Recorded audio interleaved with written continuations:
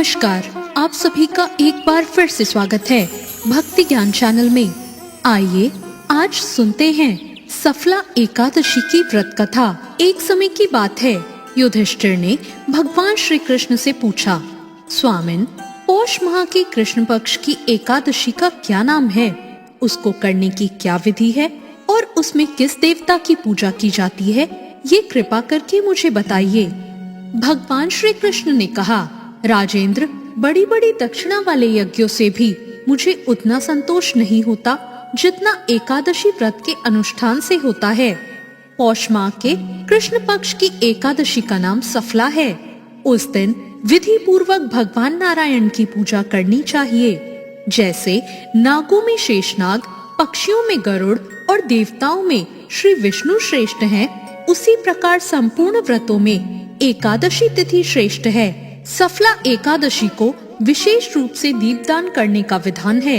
रात को वैष्णव पुरुषों के साथ जागरण करना चाहिए और जागरण करने वालों को जिस फल की प्राप्ति होती है वो हजारों वर्ष तपस्या करने से भी नहीं मिलती।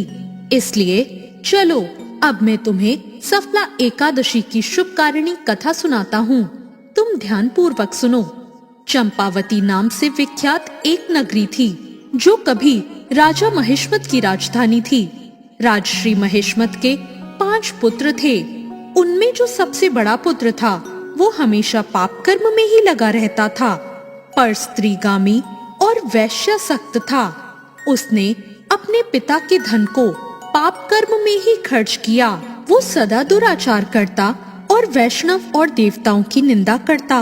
अपने पुत्र को ऐसा पापचारी देखकर राजा महेश्मत ने उसका नाम लुम्बक रख दिया। फिर पिता और भाइयों ने मिलकर उसे राज्य से भी बाहर निकाल दिया। लुम्बक गहन वन में चला गया। वहीं रहकर उसने समूचे नगर का धन लूट लिया।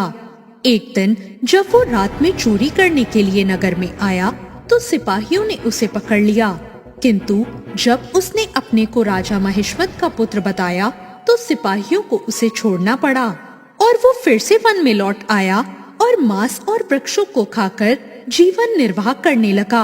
उस दुष्ट का विश्राम करने का स्थान एक बहुत पुराना पीपल वृक्ष था। उस वन में वो वृक्ष एक महान देवता माना जाता था।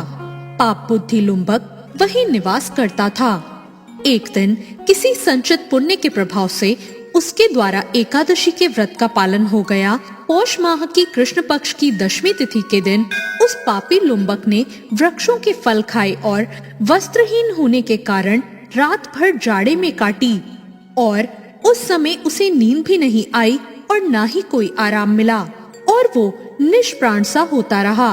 सूर्योदय होने पर उसको होश नहीं आया।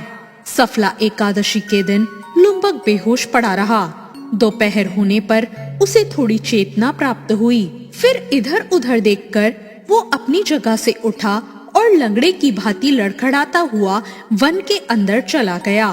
वो भूख से दुर्बल और पीड़ित हो रहा था। लुम्बक बहुत से फल लेकर जब तक विश्राम स्थान पर पहुंचा तब तक सूर्यदेव अस्त हो चुके थे। तब उसने पीपल वृक्ष की जड़ों में बहुत से फल निवेदन करते हुए कहा, इन फलों से लक्ष्मीपति भगवान विष्णु संतुष्ट हों। ऐसा कहकर लुम्बक ने रात भर नींद नहीं ली। इस प्रकार अनायास ही उसने इस व्रत का पालन कर लिया। उस समय एक आकाशवाणी हुई, राजकुमार, तुम सफला एकादशी के प्रसाद से राज्य और पुत्र को प्राप्त करोगे। उसने कहा, बहुत अच्छा, और ये वरदान उसने स्वीकार कर लिया। इसके बाद उसका रूप दिव्य हो गया और तब उसकी उत्तम बुद्धि भगवान विष्णु के भजन में लग गई। दिव्य आभूषणों से सुशोभित होकर उसने निष्कष्ट राज प्राप्त किया और 15 वर्षों तक उसका संचालन करता रहा। उसको मनोज्ञ नाम का पुत्र उत्पन्न हुआ। जब उसका पुत्र बड़ा हुआ तब लुम्बक ने तुरंत ही राज्य की ममता छोड़कर उसको पुत्र को सौंप दिया और स्वयं भगवान श्री कृष्ण के समीप चल पड़ा, जहाँ जाकर मनुष्य कभी शोक में नहीं पड़ता। राजन, इस प्रकार जो सफला एकादशी का उत्तम व्रत करता है वो इस लोक में सुख भोग कर मरने के बाद भी मोक्ष को प्राप्त करता है। संसार में वे मनुष्य धन्य है जो सफला एकादशी के व्रत में लगे रहते हैं। उन्हीं का जन्म सफल हो पाता है। इस व्रत की महिमा को पढ़ने, सुनने या उसके अनुसार आचरण करने से मनुष्य राजसूय यज्ञ का फल पाता है।